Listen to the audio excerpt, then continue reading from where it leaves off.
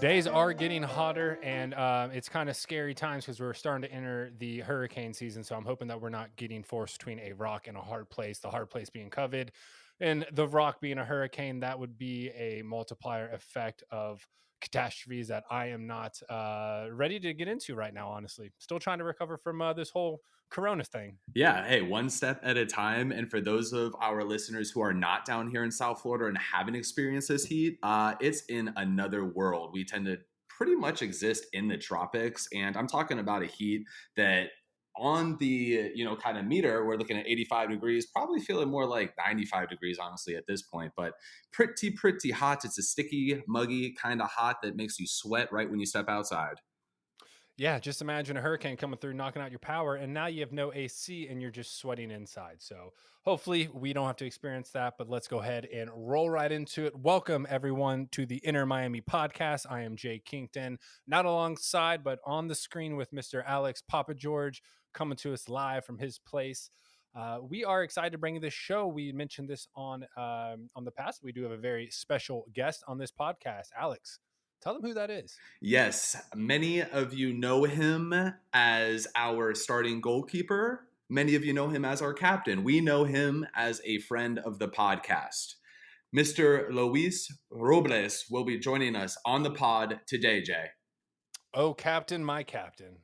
Yes, it is great to have him back. We were talking with him. We were trying to sync for the good time, and he was gracious enough to open up his time to us. And he really wanted to connect with all the fans out there, and kind of just with everything going around with COVID, just reconnect with everybody and give his thanks. Exactly. And we have one more surprise for everyone, but in true Inter Miami podcast fashion, we're going to keep you on your toes and we will announce who our next special guest is on social media Friday. So stay tuned for that. But gives you another great reason to follow us if you don't already on Instagram, on Facebook at intermiamipodcast.com. Check out the website, intermiamipodcast.com. Shoot us an email at Jay and Alex at intermiamipodcast.com. Yes, and before we do, we wanted to kind of bring everybody up to speed on this last week. There were a few quick updates that were shared amongst the league. And Jay, why don't you go ahead and kick us off? Yeah, so the MLS released a statement and they are pushing the suspension of games out until at least June 8th. Again, this was the latest update, came this previous week.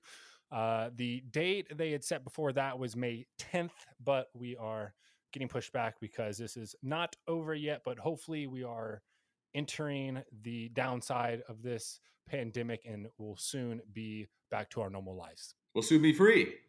Soon be free, soon be jumping, yelling, shouting, throwing water, beer, tea, whatever you're going to be drinking on in the stadium. Getting loud, getting proud. Hopefully it's here soon. We've Yeah. waited long enough. In the stadium on each other at this point, it doesn't matter. It doesn't matter. But as Jay said, right now it's looking like June 8th, but that date is not yet confirmed. It is a fluid situation, as we discussed last week. And with the mind of COVID, it is tough to predict. But in some other exciting news across the MLS, I know a lot of the youth players out there were pretty bummed with the dissolution of the U.S. Soccer Academy. On the 15th of April, which is just a few days ago, the MLS announced a new elite youth competition platform that will be launched. It's pretty much as supplement with the U.S. Soccer Development Academy that has now been dissolved, but it'll include the teams that were a part of the academy.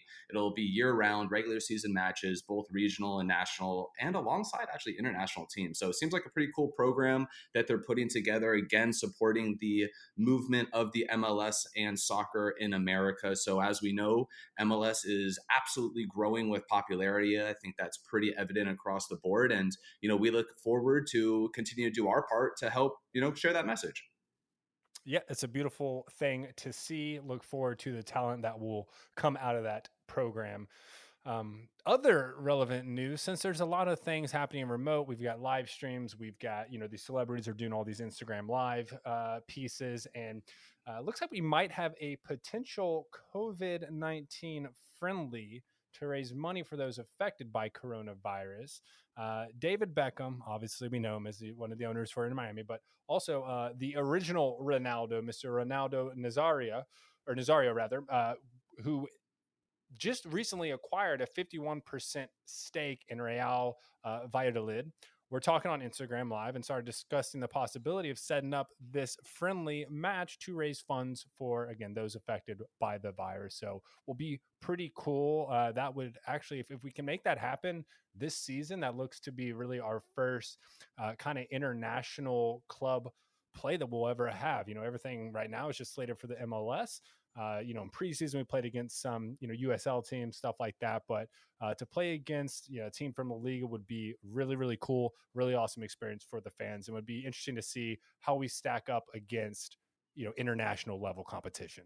Absolutely. And, I guess at its core value too is, they're raising money for a good effort. And anything that we can do to help give back in this time, I think the newest tolls are coming up to about 23 million Americans that were affected in layoffs across the country. That's 23 million people that don't have jobs right here today. So any types of money that anybody can donate to the cause or even throw events to help raise money is absolutely, applause to you. And please, go ahead and do your part.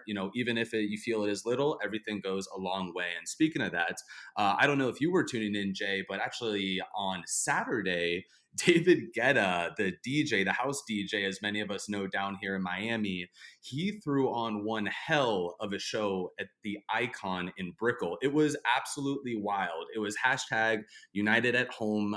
The actual raise brought it up to, I think it was $700,000 that was raised in about a 2 hour set.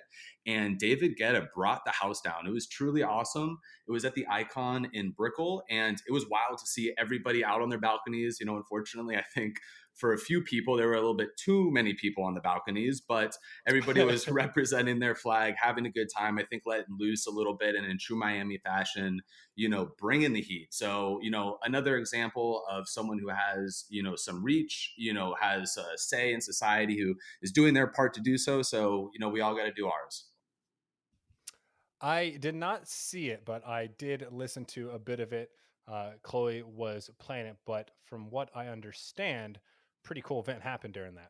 Yeah, it was wild. So at the end of the set, it was about two hours, and he just announced that we raised about $700,000. And at the very end of his set, right seconds before YouTube cut its live stream, Mr. David Guetta reaches back behind the stage and pulls out an Inter Miami jersey, waving it around to all the fans. And I'm sure everybody who saw that was going absolutely crazy, just like I was. It was an awesome moment to see David Guetta promote the team and be a part of Miami culture down here as we know it, and really be a part of something that we're trying to grow.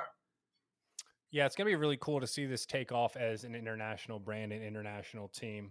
I don't want to backtrack too much, but even going back to that friendly between David Beckham and Ronaldo, like their relationship really started with Real Madrid in the like mid 2000s when they were teammates. So David Beckham has a lot of these connections, and it's going to be great to see that because that is a serious advantage that we have over other teams as well. Yeah, and just I know we've talked about it, the 9 months we've been talking, all the fans out there, but it just showed again how diverse of a city Miami is. It didn't matter if you were from Brazil, Argentina, Colombia, Peru, Puerto Rico, America. It didn't matter where you were from. Everybody were representing their flags, and it just shows the city. It's a truly a powerful city because just from all walks of life do come into this giant melting pot, and it is truly impressive to be a part of. So hats off to everybody who threw that event. United at Home was the hashtag. Hopefully there are more events like that being thrown around there. And yeah, I just couldn't have said anything better about that performance.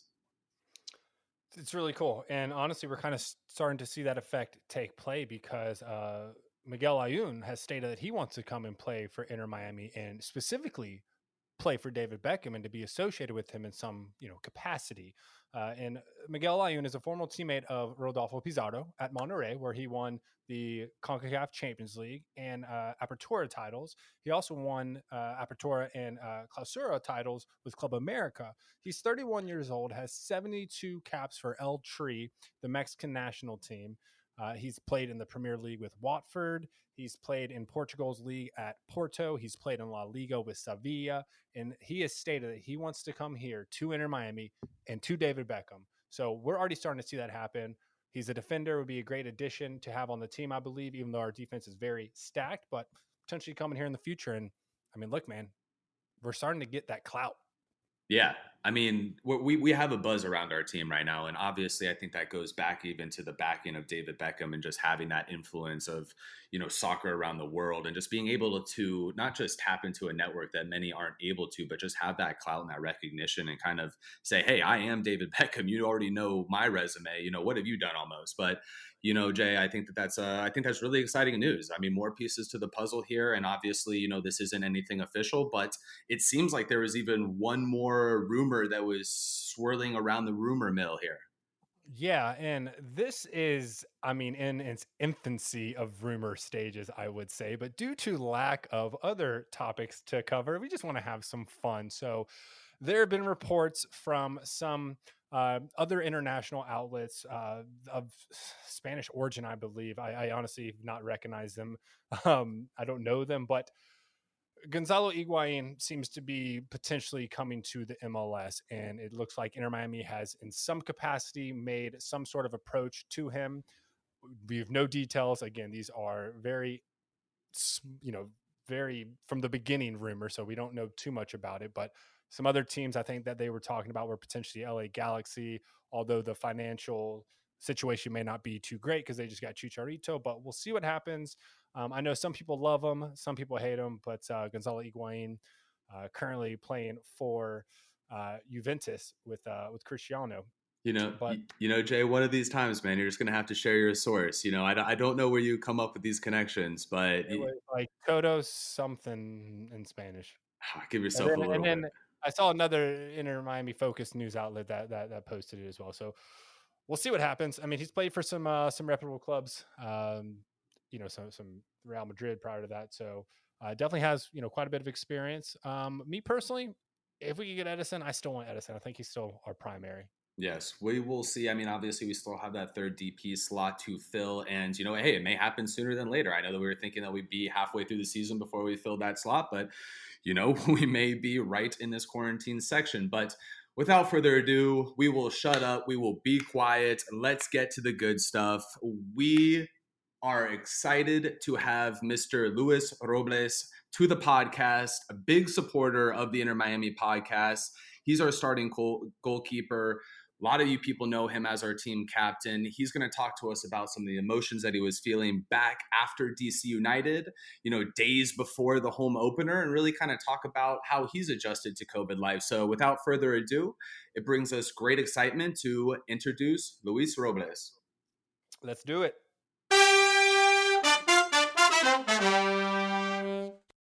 Well, welcome everybody, and thank you for joining us. We have a friend of the pod and the captain of the squad back for the second time, Mr. Luis Robles. How have you been? Oh, that made me smile. Um, I've been okay. All things considered, we don't have much to complain about, and it makes for long days when you have three small kids and you're trying to come up with activities to entertain them. But like I said, there's some people going through some real stuff right now, so we don't have much to complain about. Exactly. Yeah. No, and I'm right there with you, man. I'm trying to work, and I've got a little 3-year-old crawling on my back and my shoulders as I'm on the phone. So it can be tough with the little balls of energy around the house, Yeah, yeah. I mean, God bless my wife. She's the one that's taken on the homeschooling duties, hmm and she just aims for 90 minutes of good work. But she has three kids that range from 3 to 7, and they're at different levels. hmm And so she's just trying to get some sort of curriculum for them, and trying to keep them engaged. And I think at the end of 90 minutes, she's the one that's completely fried and frazzled and ready to move on with the rest of her day. But it's an adjustment that I know a lot of people are making right now, and it's just part of what's going on. Yeah, it is a lot, and a lot of parents didn't really sign up or know what being a homeschooler or a teacher really entailed, and it's quite a bit. And same thing, with us. Chloe does a ton with Quinn and making sure that he's getting his education, his activities in to continue to grow. But I mean, wow, if it's times like these where you really, you want to say teachers deserve 100K and up, man, for everything they do. I mean, God bless all the teachers out there because it's quite a bit, and everyone's realizing that firsthand Absolutely. now. Absolutely. I think the only one really smiling, the only people really smiling are the teachers, right? Yeah, exactly. With their little vacation, they got extended vacation. It's leading right up into summer, so they're gonna have what 6 months off now, right? Yeah, and then the parents really have a better understanding of what they're doing each and every day with their kids in the whole classroom, Yeah, it'll give you perspective. Times like these definitely will. for sure. Yeah, I mean, these times are crazy. Obviously, this is pretty much, I think, a once in history type of epidemic going on. And I mean, we haven't talked to you since the start of the season.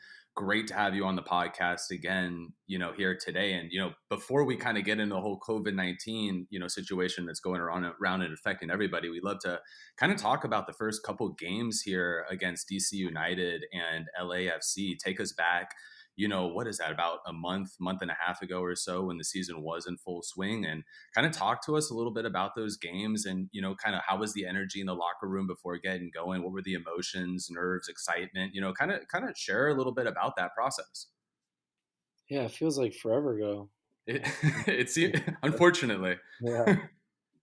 I mean, there was a lot of excitement for that LAFC game because when we trained in Los Angeles, we were at the LAFC training facility, and all the owners were out there, and that's something that we hadn't really experienced like that, anyways. To see Marcelo and Jorge, Jose, David. I guess the only one that wasn't out there was Masayoshi, but there was a lot of excitement and nerves about it. But then, of course, when the game started and you step onto the pitch and the Bank of California, the crowd there, the stadium, that the entire environment is just awesome. It's the type of environment you want to play in, and then you forget all the history, you forget all the build up to it. It's just a soccer game and against a very good team. And I felt for the most part we hung in there. And unfortunately, we weren't able to convert anything. But for our first showing, it was okay. I mean, I think I don't want to be like overly positive because at the end of the day, we lost the game. Um, but when you consider all the circumstances and all the variables at play, there's a lot of positive things to take from it. And then you transition to the DC game, and at halftime, I was convinced we were going to win that game, and that was going to be our Hmm. first 3 points, and it was going to be history made.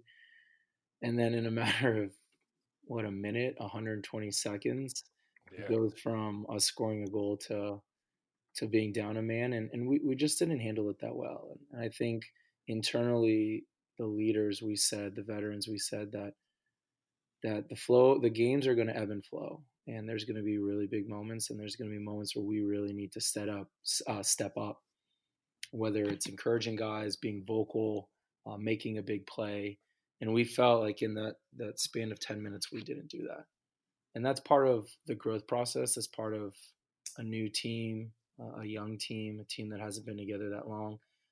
But the veterans also have really high expectations, and we felt like we could have done better in that moment. Personally, myself, I feel like I could have done more in that moment, whether it's save the PK, or even just get out there and have more of a presence in the group, and get guys going and get their heads up, encouraging them in some way.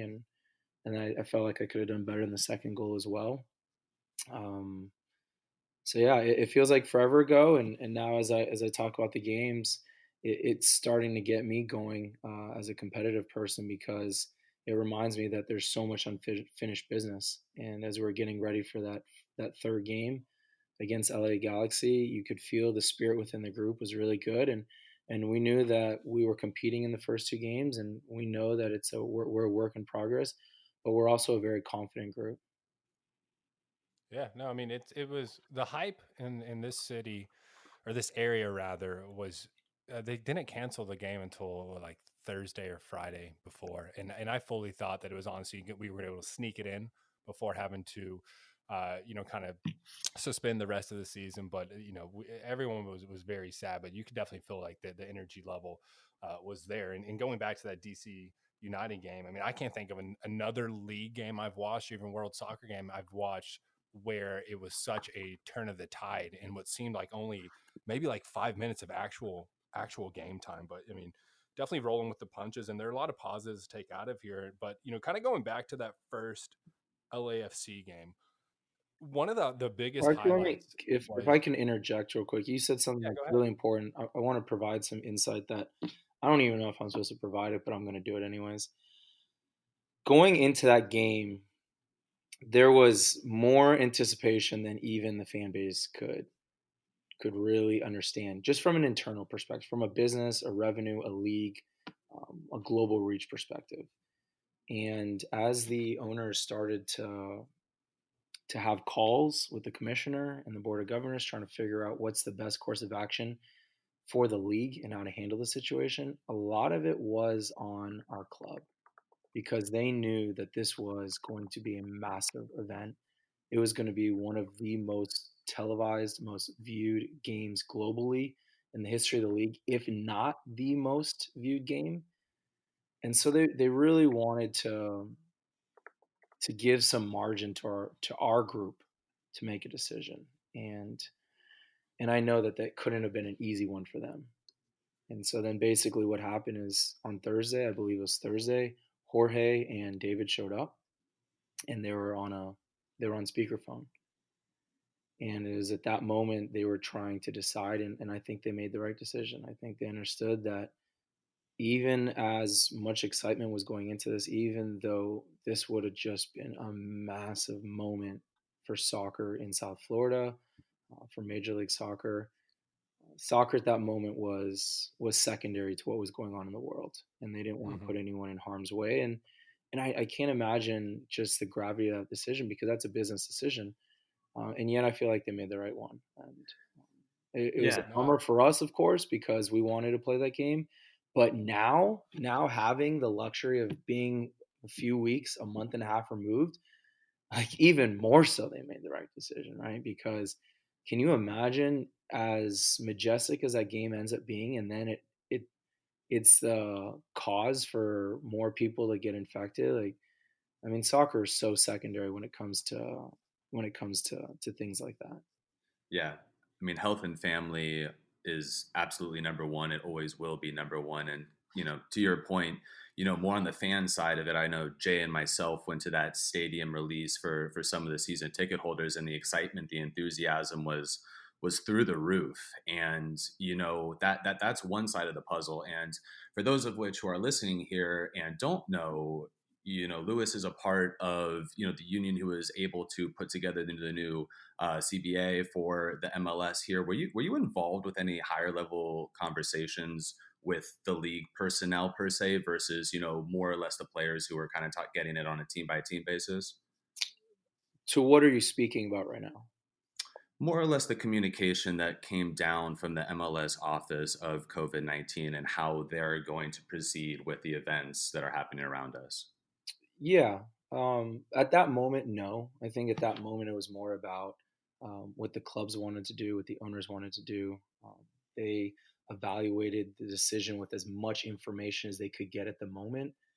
But since then, I have, like yesterday, I was on the phone from 8:30 to about 5, and it was just conference call after conference call because there's a lot going on. And I don't know. I don't feel comfortable talking about the depth of it yet.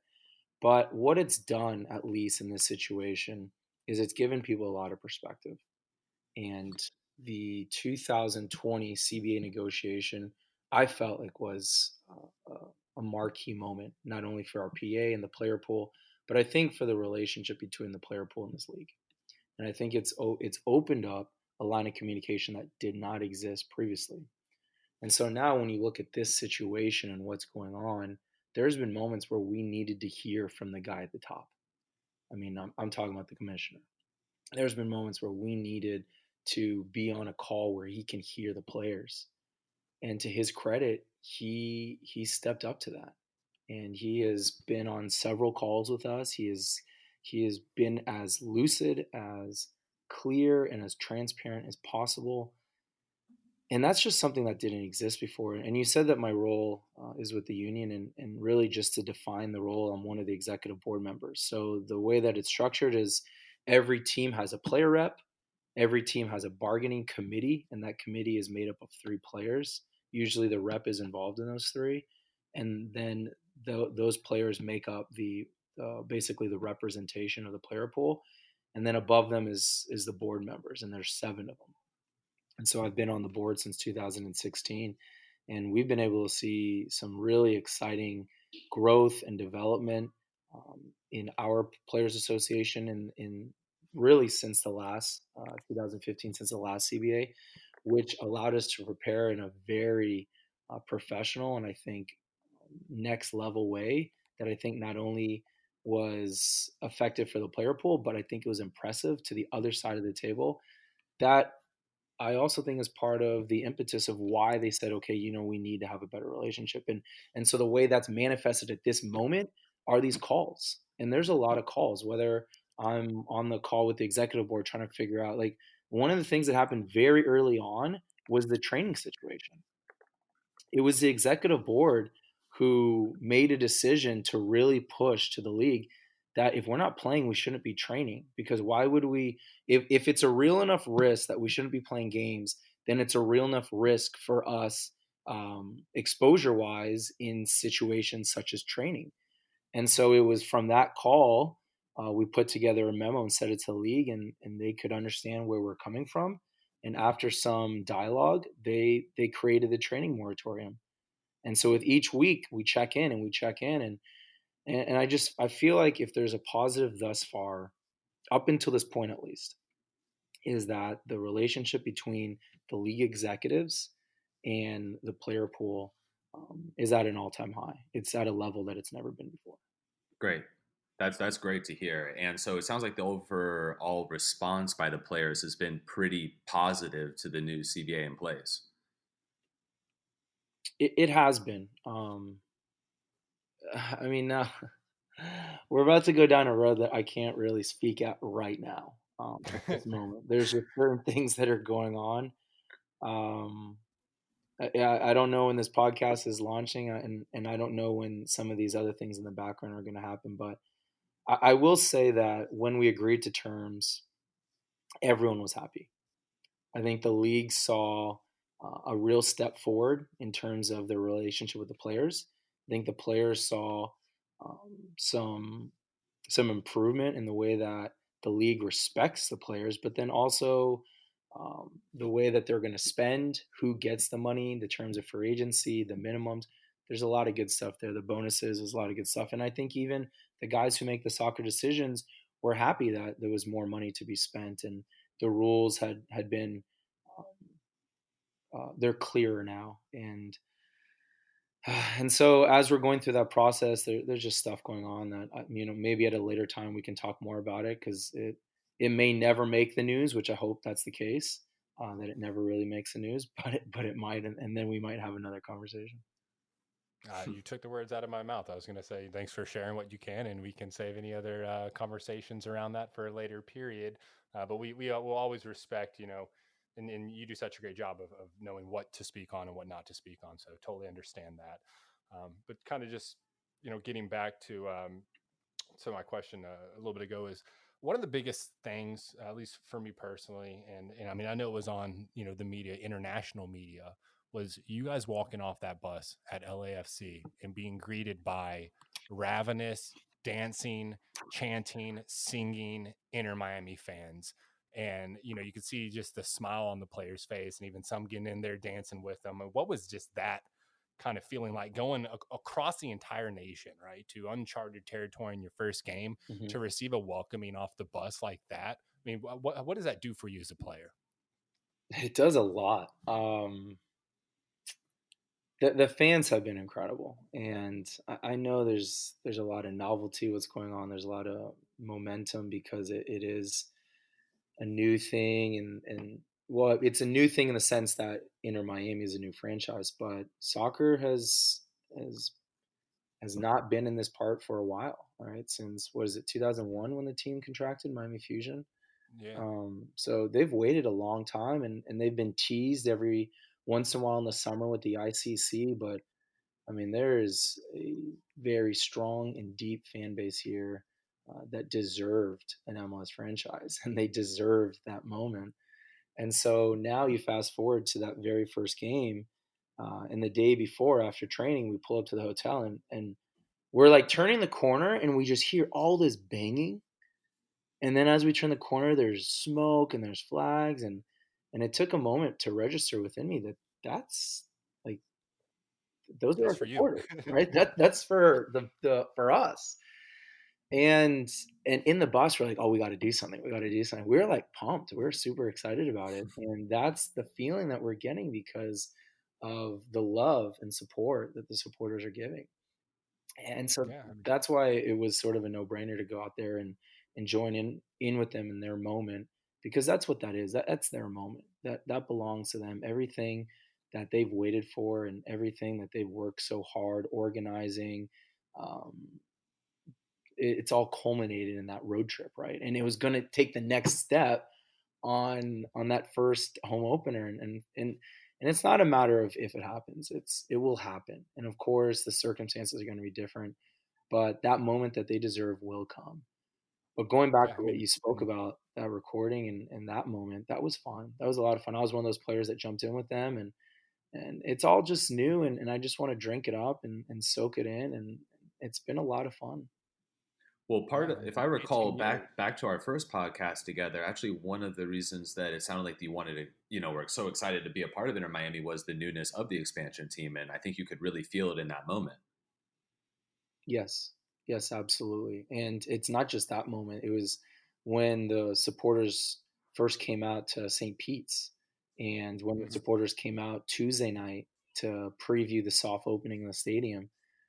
There's really just, I know it's been said so many times, so it can come off a bit trite, but the excitement is real and it's fun to be a part of. And that's something that I had to weigh in the free agency process. There were better offers, teams that were already in position to win that were courting me. But just the thought of coming to a new franchise and the growth opportunities and the excitement that's going to come along with it, you couldn't quantify that for me. And I felt more than anything that that's what I wanted to experience in the next chapter of my soccer journey. Definitely. And I mean, look, it's been 18 long years. This fan base has been waiting, and there's no way that we're going to drop the ball on any of this, So they are fully bought in. This is just a little minor setback, but this season's going to be just straight amazing.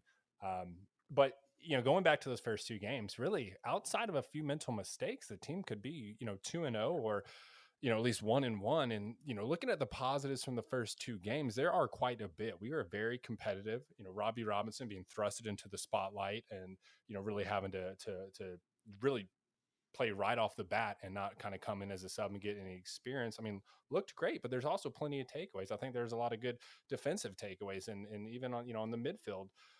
But you know, what are the areas that you saw out of those first two games, being a competitive team in their first season, that were the main focuses of, hey, this is what we need to address, this is where we need to improve upon, because it looks like, you guys could be a stellar team by the end of the season. Let's start with the improvement part. Everyone can improve, right? I mean, this is just the beginning for us. We're just starting um, to we're just starting this journey, and as a team, we're just scratching the surface. So whether it's the goalkeeping or the defensive line or the way that we have a relationship or the guys in the midfield, the wingers, the relationship they have with the forwards, everything can improve and everything will improve. The way that we press defensively, we'll get sharper at. We'll be on the same page more and more as time goes on. So yeah, you're right in the sense that the showing was a nice one in the sense that it was a preview of what this team could be. But I think what's for me at least, the two of the spots that were nice surprises, that were highlights, was Robbie Robinson and Lewis Morgan. Lewis joined us really late, and I know that coming from a club like Celtic, he has to be a player of quality. But you just never know how team players can fit into a new squad. And it took a little bit of time during preseason because of his late arrival. and yet he was thrust into a situation where he really excelled. He was definitely one of our bright spots going forward, and he just has a great understanding of the game. And then Robbie, I mean, everyone is expecting some big name to play up top, and even when we drafted number one, like that was great. But I think more than anything, people just remembered Robbie for his awkward FaceTime conversation with David Beckham. And they didn't really know what to expect. And I will say this: in St. Pete's, the 2 games that he played, you could see that this kid has something. And then Mhm. to be in that moment and play the way that he did, like this kid, he is such a high ceiling. And Oh yeah. I'm a fan of his, and I'll continue to encourage him and be critical at the right moments. But I feel like those 2 players really stuck out for us, and I mean, you know what you're going to get with Will, you know what you're going to get with Victor. We just got some solid guys that have been in the league, and they're real bright spots, and they're going to help us win. Of course, Pizarro was excellent, and Nico was excellent, and I mean, there's so many positives you can say about guys. Oh my gosh, I'm so sorry about that. You're Sorry, good, that's man. Rui trying to say something. Um, sorry, so sorry. Um, You're but good. but yeah, there are some positives, and I don't want to be overly positive because at the end of the day, it's a results driven business, and we didn't get any points, and feel good moments and good performances are great, but at the end of the day, if you're at the bottom in the standings, you're not going to feel that great. So all things considered, there were decent performances, and we can see where we can improve, and we can see where they're going to be real strengths. But I think this is why we were so excited to play that next game. It wasn't just that it was a home game or against LA Galaxy and that it was going to be a historic game. Is because we see what's going on here. Something special is going on here, and we need reps, we need games, we need experience, we need all of these to really help us continue to form our identity, to work on that team chemistry, but ultimately we wanted to culminate in victories, and that's why we wanted to play that next game.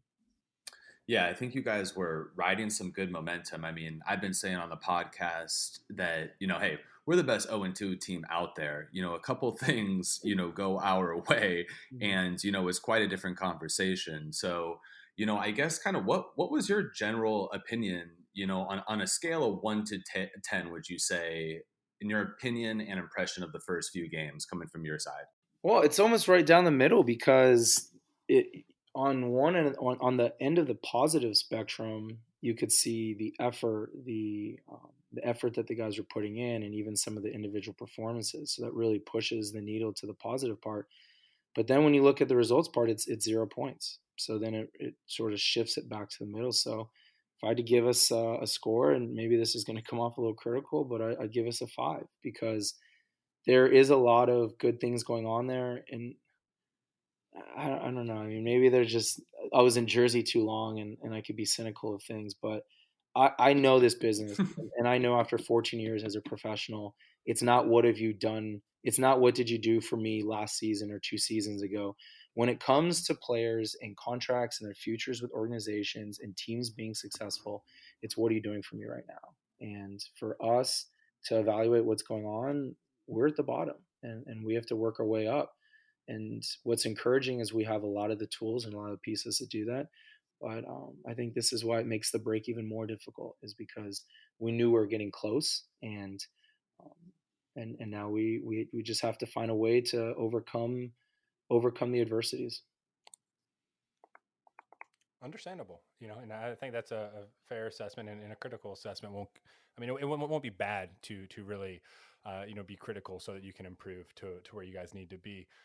But that really I think wraps up kind of we wanted to touch a little bit on the first 2 games, but one thing I really wanted to ask you is because I know we were very excited when we saw it. We had talked about it on a podcast I think a week or two before the team named their captain. But how did it feel to be named the first ever team captain in Inter Miami's history? So this is kind of an amusing story. So on Monday night, I guess. Oh man, it seems so long ago. I got to piece it all together. Did I get named captain the week of our game? I can't even remember. I believe so. Okay. If not, it was 1 week prior, think. Okay. Well, let's try to go from there. So we get back from preseason. I think it's the week of the game because we get back from preseason, and we're gonna have a team dinner Monday night.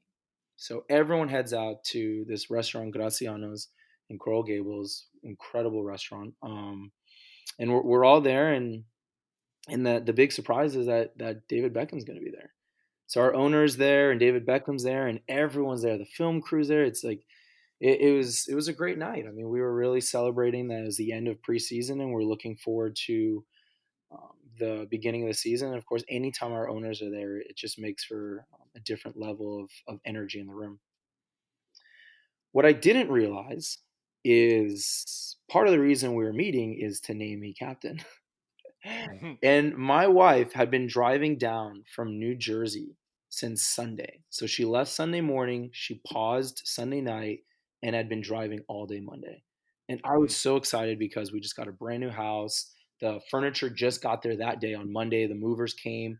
I had arranged everything. They'd never seen the house before. So I wanted to get there before they got there so I could put like the presents out. And I just wanted it to be this momentous occasion for my family because they had to endure a lot. Like one thing that gets it, I mean, it's not like it's an exciting thing to talk about, but it's something that's real in soccer players' lives, professional athletes' lives. The transition part is brutal.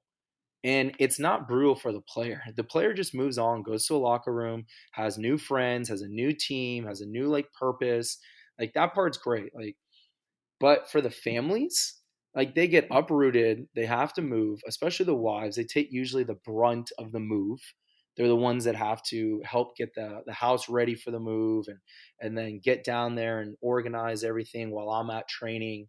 And so I wanted to make this as because it already been difficult for my wife and my kids, and now she's driving whatever 17 hours to get here. So I wanted to be home, and I wanted to like make it special for them. So that mean I had to leave the dinner early. So the timing could not have been better. Like I was waiting as long as possible, and it was like 9:30. It's like, all right, it's gonna take me 45 minutes to get home. My wife's gonna be there at 11. I need about 30 minutes to prep. So finally, after like waiting as long as I could, I go over to the owner's table and I was like, guys, I'm really sorry. This is like what has to happen. My wife's showing up. And it was so funny because at that moment, as I stood up to go and say it, David had stood up. And so it just kind of worked out perfectly because it was an easy farewell for me. Like I could be like, all right, Mhm. David, thank you. It was great to see you. Thank you for dinner. Like, I'll see you soon. It turned out the reason he was standing up is because he was signaling the video crew so they can name me captain. But instead, I'm saying goodbye and I left. Oh, you really? Wow. Yeah. And I had no idea. So then dinner was over. Like once I left and everyone was like, all right, we're done. And they took off. And so then the next day at training, it actually worked out better because that's where we got all the content. And that's when they named me captain. And it's really an honor. And more than anything, it's a tremendous responsibility that's put upon me to represent this club, to represent the fan base, and represent the locker room in the best way possible.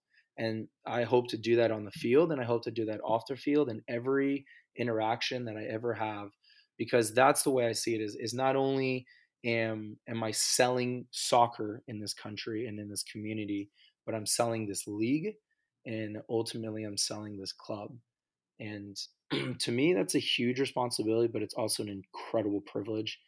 And so to be the first captain for this organization is truly that a privilege and an honor and a great responsibility that I'm excited about.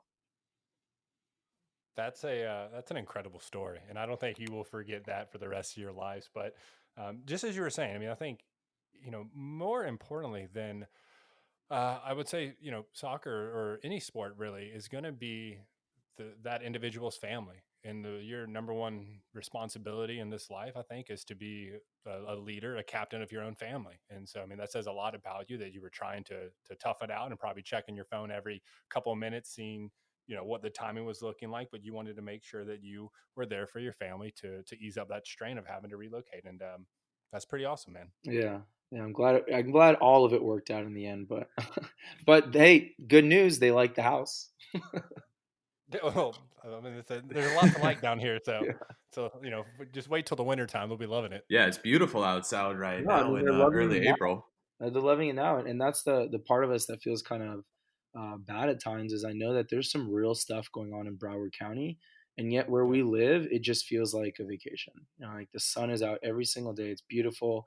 We stay at home, but we have a yard, and there's kids the same age as Eli's next door, and no one's in school, so they just play outside all day and they kick the ball and they shoot hoops, and they're loving life down here. Yeah, it's kind of funny. We have been experiencing some absolutely gorgeous weather, and we have listeners from all over the world too. And the weather down here has been amazing. It's kind of crazy to think that there's a killer virus, that's kind of trampling around the world right now. It's kind of surreal, but The world, but like Broward County, right? Like down here in South Florida, we're one of the hot spots. yeah, I think we were like actually top five. I think Broward County was hit. Yeah, Early on, we were yeah, top Yeah, five. absolutely. Yeah, but I yeah, it's mean, wild. Miami's been hit the hardest. So, I mean, of Yeah, I course, mean, Mhm. that's difficult. But even Mayor Well, there Broward, was a Suarez. time where Broward was above Miami, and I was like, that's kind of crazy to think about because the yeah, population of Miami is definitely much greater, and I would say even a larger travel hub. yeah. Yeah, and I hate to take us kind of before this moment, before we kind of start to get into a little bit more of the COVID-19 stuff. But how was the team, vibe? Getting out of that, opening couple games, having the season opener. How was the kind of energy of the squad? I mean, it seems like that the entire organization was pretty pumped up, but you guys must have been pretty excited as well. Yeah, the organization, there's just a lot going on, and so it's impossible not to be excited.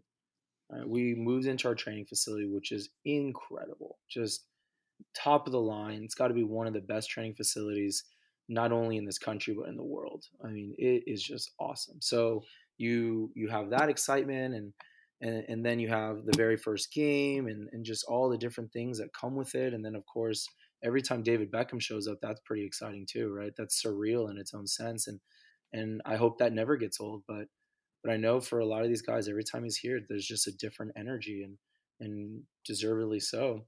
But but not only has the organization set it up so that we can be exciting, but we have a great locker room and we have a great mix of guys. And as we try to traverse the difficulties of being bilingual, the one thing that is for some able to sort of circumvent the language barrier is just the banter, and the banter is great. And we've got some great lighthearted jokesters on the team that make not only coming to training but being in the locker room and being a part of training a lot of fun. Well, that's a perfect setup to my question, sir. Have there been any great or funny stories with the team that have come out during this whole quarantine period?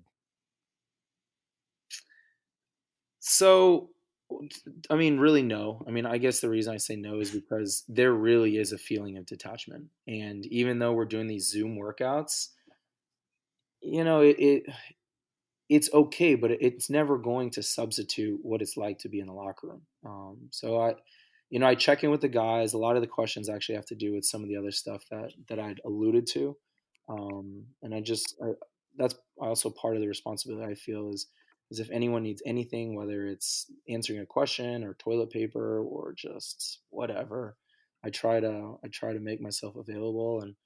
But there's a different feel altogether. There's a detached feeling, and I think this is why guys text me like, "Hey, when are we gonna play? When are we gonna play?" And then I just have to be like the Debbie Downer that says, "Hey, we have to continue to be patient and wait this out. Like I know that you guys want to be out there training, but I just think that there's nothing to gain right now." So unfortunately, no. I mean, it really has been guys have been good about staying in and for the most part, just keeping to themselves. And then every day at 10 o'clock, we either have a Zoom meeting that talks about tactical stuff or we have a workout. So that's the only way that we're able to really stay engaged. And are those kind of the primary, I guess, methods, tools, avenues that you guys are all staying together? I know me and a bunch of buddies are using this house party app to stay together where you can play some games. Are there any other ways that you guys are staying connected? Maybe not as a whole team, but maybe to specifically a couple guys on the squad? Yeah, the guys that are gamers, they're on Twitch, they're still playing Fortnite, they're playing FIFA. So I think for them that's also a great connection. I mean, they're basically on it all day now. It's funny because at 10 a.m. when we do our Zoom call, you can see that some guys literally woke up 2 minutes before. Like, Who's the culprit? Who's the culprit of I'm the not gonna bunch? name any names, but there's a lot. And it's so different because I have kids and I have a family, so I'm up at 6:30 every morning. And so really by 10 o'clock, I've already done my run and I've fed some breakfast to the kids and tried to do some of my stuff around the house. But it's different because I remember when I was younger and I was in Germany, that's all I did was play video games. So it's just different stages of life. So who are the biggest gamers on the team? See, I don't really know because I'm not in it, but from what I can Mm. tell, Lee is pretty big. Jay is in there. Robbie, Dylan. I feel like I'm missing a lot of guys. Probably Julian and Lewis Morgan. But it seems like at least that those guys are really into it. Well, it was funny. The club actually streamed the tournament that a couple of the players were playing in, and we recognized you weren't a part of it. Is this time allowing you to pick up some sticks and maybe refine your skills on FIFA? No, not at all. No, that's like not even on my radar. Happy he's out that world. Like when you said sticks, I had to like pause for a second. What is he talking about? No, video games has just been so off my radar. I told my wife because I mean I was in Germany by myself. Like, I finished college, went to Germany right away. I was 21 years old. I didn't get married till I was 25. So for really 3.5 years, I just played soccer and played video games. And so then when she moved to Germany after we got married, she saw my life and she was like, "Yeah, we're gonna have to make some adjustments here, but like I don't want you to stop." So I continue to play. Like basically, she went to bed around 9:30, and then I'd keep playing um, through the night, pretty much. But then as soon as she got pregnant, I said I'll stop. So I really haven't played since. My son briefly played a little bit last year. My son's 7, but last year when he was 6, I did a promo for FIFA, and they ended up giving me a free PS4 as well as the game. So he started playing, and he was okay with it. I think at 6, it was pretty hard to understand all of it. So then we got him a Lego game, and he was really into that. But more than Mhm, anything, we would play with him, and it was a lot of fun. But it was easier to let him play video games in Jersey because the winters were just so cold and miserable. mhm. Here, he hasn't even thought about playing video games because he's outside all day, and I love that. Yeah, I Well, that's mean, good. living down here definitely offers its advantages, and the weather is certainly at the top of the list. No doubt, for sure. Yeah, and I guess kind of on a two pronged question here. I mean, obviously you're a family man, and obviously you're a professional athlete. How has been managing this break for you in both these categories? Obviously, you're able to spend more time with your family, as everybody pretty much else is, and Oh yeah, you we're have an spending interest. time. We're spending Yeah, time together. We got to make up activities to get through the day. For my wife and me, 8 p.m. is a beautiful time. That's usually when the kids are already sleeping, and we get to just sit. And a lot of times our bandwidth is done, so we don't even talk. We just watch TV. Yeah, throw in some Netflix and just relax what? for Yeah, the period what's been between. the show of choice? It's we balance. So we watch Ozark right now. So she'd never seen it, and when season 3 came out, I was really excited to watch it. And I watched the first episode, and she sort of watched it in the back, and she like really got into it. So then she was like, "Man, I wish I'd seen it from the beginning." I was like, "We got nothing to do. Let's start from episode 1." So we're making our way through that, and then she balances it with The Office. Because have you guys watched Ozark at all? Funny you bring that up. I've been trying to get Jay to watch that show for a few weeks now. Yeah, it's Yeah, really good. I watched the first episode and I never really got into it, but I'm always Yeah, I mean, watching it's different movies really and you can series, so get it's past a the lot. first it's like Breaking Bad. Remember Breaking Bad? If you get past, Yeah. like, the first 2 seasons, then it ends up Mhm. being this amazing show, right? Yeah. But I think that's what's great about it is just like Breaking Bad, the character development is amazing. The storyline, feels, easy to follow, but also in a way, like, real. Mhm. But it's dark. It's dark, and that's why she has to balance it with The Office. Yeah, We're just well, I mean, there. you can We're just balance there. a lot of dark things with The Office. It'll put you in a much better mood, I think. Yeah. So, what is going to be the first thing that you do with your family once the quarantine phase, this weird phase, is over Oh, and that's easy. everything's back That's easy. open? They've never been to Miami. Oh, really? Yeah. So we if you follow my social media at all, we like to go out to the Everglades because we're right on the edge, and we Hmm. love to look for gators. I mean, that it's just so different down here, right? Like the snakes and the gators and the lizards, the iguanas. There's just some really fun stuff. I think, especially at my kids' age, as long as you're being safe to Hmm. see. And then they were watching the Gator Boys show, and all of a sudden, the main character from the Gator Boys is like standing outside our house as he's about to catch a gator, and they just love that. So they've had some good adventures, but they have not been to Miami Beach. They have not been to South Beach, Hmm. and right now it wouldn't be the same experience if they went. There would no one would be out. They couldn't go to a cool restaurant, and my wife was really excited to go to it. So for sure, when it's all said and done, and we get back to some semblance of normalcy, I am.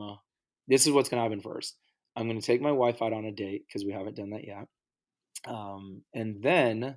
and then we're going to go to South Beach. So I don't know what sort of trip. If I'll take any sort of suggestions, but I want my kids to go down to Miami and see Miami. Maybe go to Flamingo Park. That'd be cool, right?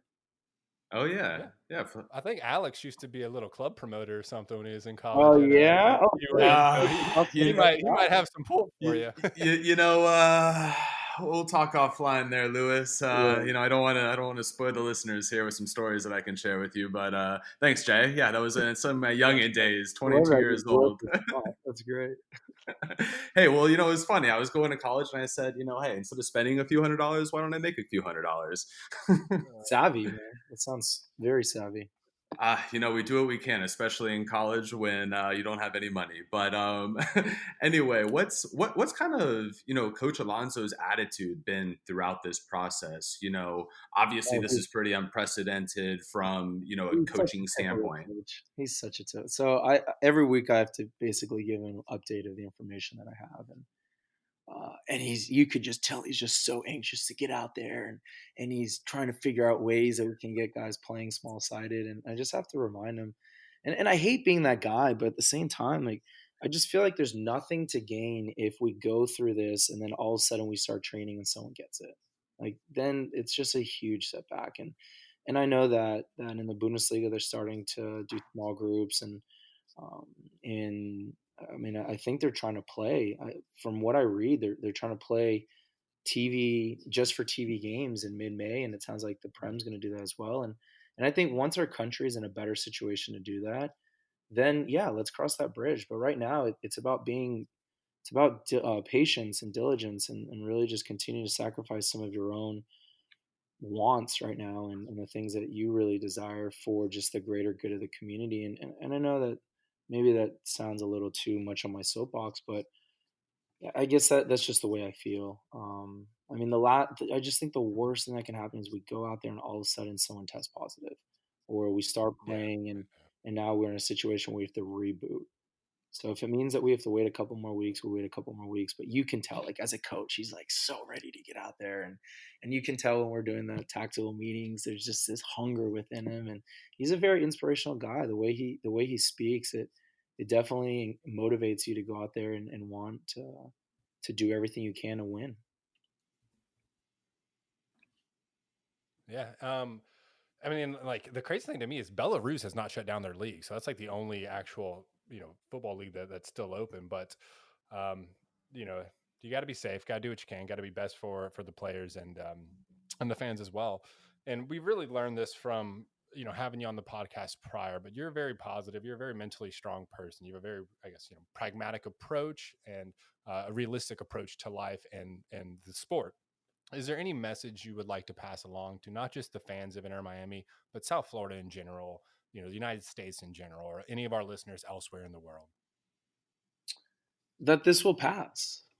That that if we as a community can continue to social distance and do the things that have been mandated by the authorities, the people with the most information, that it will pass. And the fastest way that we can get back to normalcy is to really abide by those things. And in a way, like, it creates even the opportunity through this crisis to feel more like a community as we're doing these things together, even though we're not, right? But to understand that we're all in this together. And one day when it does pass, we'll be back on the field and we'll play in front of our fans, and it's going to be a glorious day. But until then, I hope everyone stays safe and they understand the importance of these mandates, and eventually, not if, but when, we will see each other soon. Yes. Well, thank you for that, Lewis. You're always a pleasure to have on the podcast and obviously a leader of our team. We thank you for joining us here this afternoon, and, really excited to share this with everybody out here. And, thank you again 1,000 times for joining us on the podcast. Thanks for having me, guys. Thank you, Absolutely. Luis. And We'll be in touch vamos soon. Inter. Yes, vamos. Take care, guys. You too. Bye bye.